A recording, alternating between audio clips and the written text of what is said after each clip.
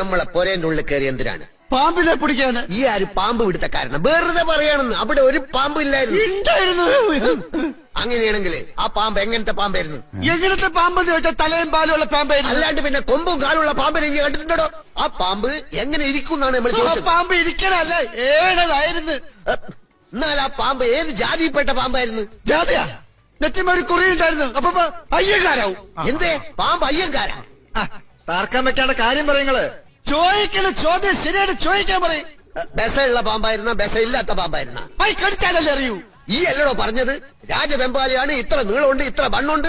നീളത്തിലും വണ്ണത്തിലും എന്ത് കാര്യം ആചാര്യ? കൊത്തിയ മയ്യത്താവൂലേ? പക്കെങ്കിലും നമ്മള് പാമ്പിനെ കണ്ടിട്ടില്ലല്ലോ. കണ്ടിട്ടില്ലേ? കാഴ്ചകളായി പോയി നോക്കി. നമ്മളെ പുരയില് നമ്മള് പാമ്പിനെ കണ്ടിട്ടില്ല എന്നാ പറഞ്ഞത്. പോയി കാണും.